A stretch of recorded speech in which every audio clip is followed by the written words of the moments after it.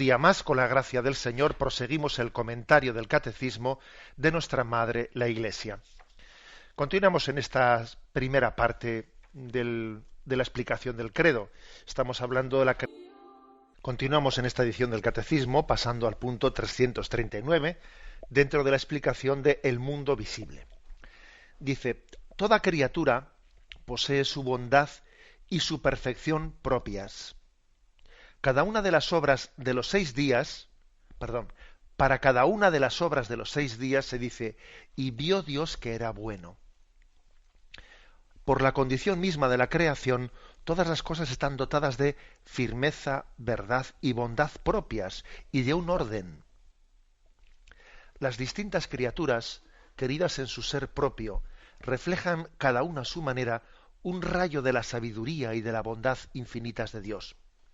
Por esto el hombre debe respetar la bondad propia de cada criatura para evitar un uso desordenado de las cosas que desprecie al Creador y acarree consecuencias nefastas para los hombres y para su ambiente. Es decir, que una de las consecuencias más obvias y más evidentes de la fe en la creación es la llamada al respetar la creación, la llamada a respetarla. Un ecologismo cristiano, no un ecologismo radical, porque también existe ese ecologismo radical, ahora quizás vamos a hablar de ello. Pero nuestro Santo Padre Benedicto XVI es impresionante ver la delicadeza y la insistencia que tiene en este tema. Y en algunas declaraciones del mensaje de paz de inicio del año se ha prodigado mucho hablando de esta cuestión. El hombre es humilde ante la creación y la creación le ha sido dada y uno tiene que intentar dejar el mundo mejor de que lo encontró, o por lo menos como lo encontró, pero no más deteriorado. En primer lugar, por 2 motivos, ¿no? En primer lugar, porque también la creación en sí misma tiene una dignidad. Ciertamente, no es que la creación en sí misma tenga una dignidad,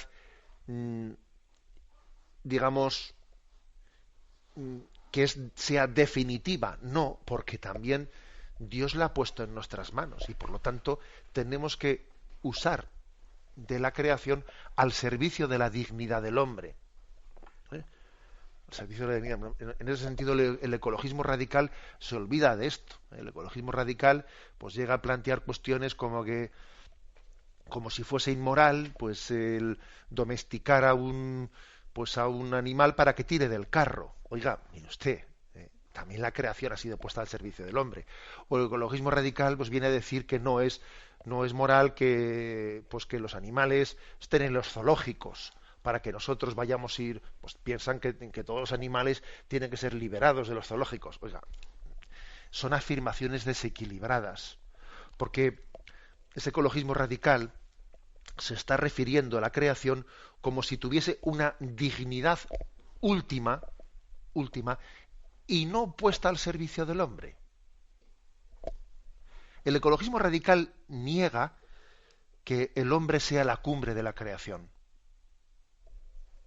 Claro, y al negar tal cosa, pues lógicamente se pierde ese equilibrio y entonces se habla en términos de decir, ¿tú cómo puedes comer un animal? Pues el animal también te puede comer a ti.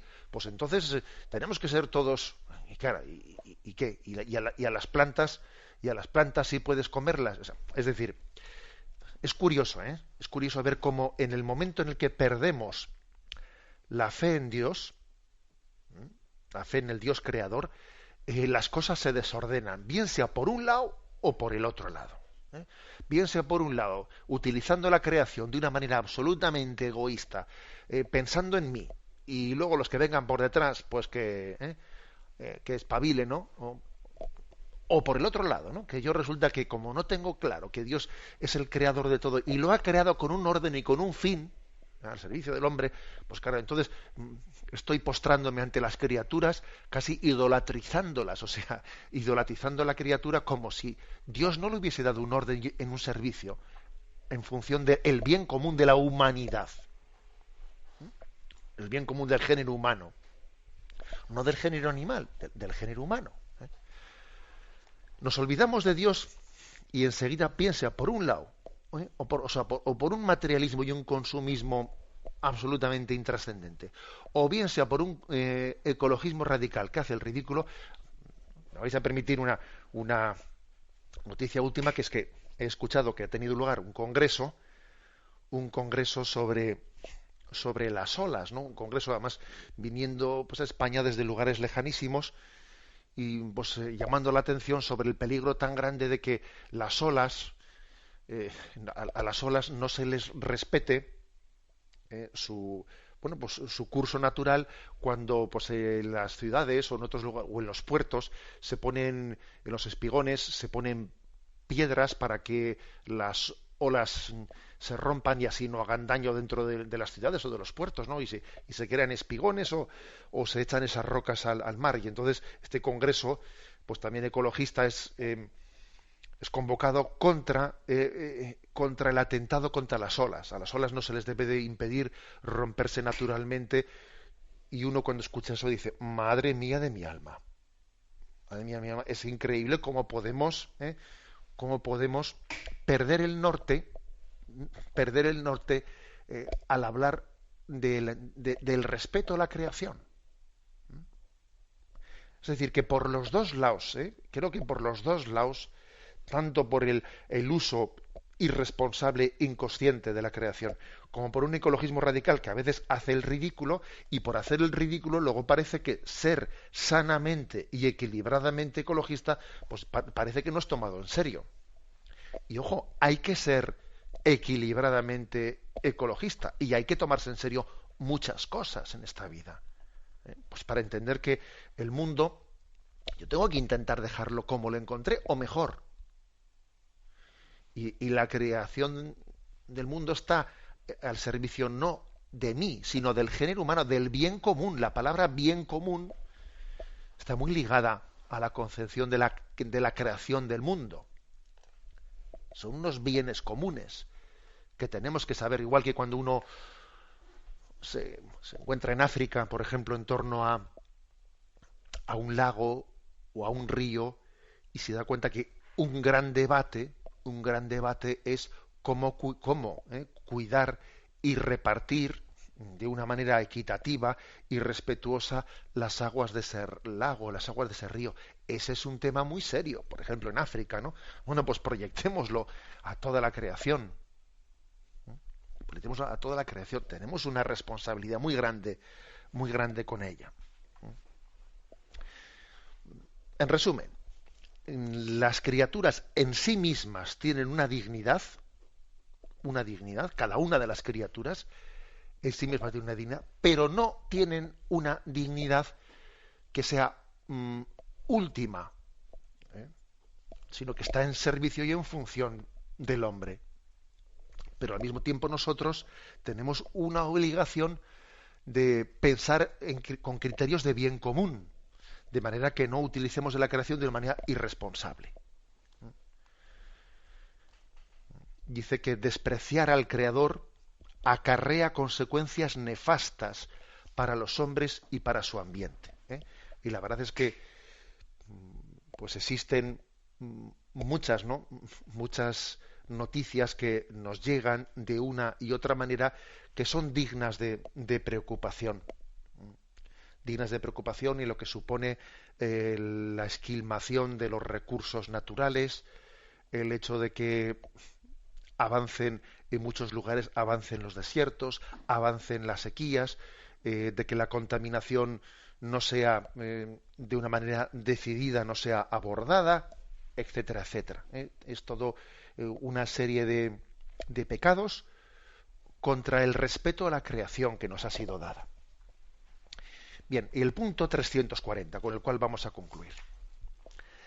La interdependencia de las criaturas es querida por Dios. El sol y la luna, el cedro y la florecilla, el águila y el gorrión, las innumerables diversidades y desigualdades significan que ninguna criatura se basta a sí misma, que no existen sino en dependencia unas de las otras, para complementarse y servirse mutuamente. O sea, es decir, que también nosotros en la creación vemos una lección. La lección de cómo las criaturas unas se sirven de las otras. Dice, el águila y el gorrión, el cedro y la florecilla, eso, el sol y la luna. Ha elegido aquí pues el catecismo, pues criaturas grandes y pequeñas, pero todas ellas son necesarias. Recuerdo haber contado entre vosotros con en aquella explicación que dimos sobre el principio antrópico, ¿no? El principio antrópico se dice de qué cantidad de condiciones tienen que existir pues en la naturaleza para que aquí la vida humana sea posible. Y por ejemplo la luna, que uno dice, ¿qué pinta la luna ahí? ¿Qué pinta la luna? ¿Qué función realiza entre nosotros? Oye, pues si no fuese por la luna, no habría mareas.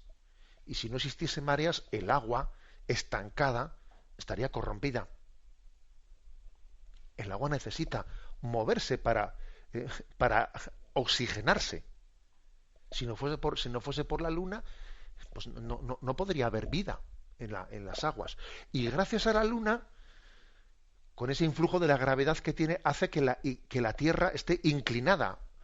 Unos cuantos grados como balancín, está inclinada la Tierra por el influjo de la luna. Y por esa inclinación supone que hay como una renovación de las estaciones. Claro, si no existiese la luna, la Tierra estaría derecha, vertical, no inclinada, con lo cual haría que habría sitios en los que habría perpetuo verano, perpetuo invierno, y entonces la naturaleza no se regeneraría, la Tierra estaría muerta por zonas. Y gracias a la luna existen. Es decir, es impresionante comprobar como que aquí no hay nada inútil. En la creación no hay nada inútil. Y cuando algo nos pensamos, y uno dice, esto aquí, ¿qué pinta? Esto no pinta nada. Ya, que tú sepas, no pinta nada. Fíjate. Fíjate, como aquel refrán que dice, cuando veas una puerta en un sitio, antes de decidir quitarla, piensa, ¿por qué la pusieron aquí? Porque seguro que hay alguna razón que tú ignoras. Y esto es lo que contemplamos en la naturaleza, que vamos comprendiendo una pequeña parte de la interacción, dice aquí, interdependencia de las criaturas. Por eso es tan serio, ¿no?, ser respetuoso con ellas y no acabar con ninguna especie, porque eso después conlleva una cadena, una concatenación muy grande, el que esquilmemos una parte de la naturaleza. Se va transmitiendo, ¿no? Y lo que dice aquí el catecismo, que aparte de eso, aparte de ese respeto a la naturaleza, es que es como si recibiésemos también una lección ética, una lección moral, de que aquí todo el mundo es necesario, aquí no sobra nadie. En la creación no sobra nadie. Y no solamente las personas, tampoco los animales, tampoco las plantas, tampoco los astros. Es decir, nos da una imagen de humildad. Nos da una imagen de humildad porque la creación es armónica. Es un gran concierto en armonía. Y nosotros tenemos que cuidarlo y tener conciencia de ello y aprender a ser humildes. Recibimos la bendición y con ella nos despedimos. La bendición de Dios Todopoderoso, Padre, Hijo y Espíritu Santo, descienda sobre vosotros. Alabado sea Jesucristo.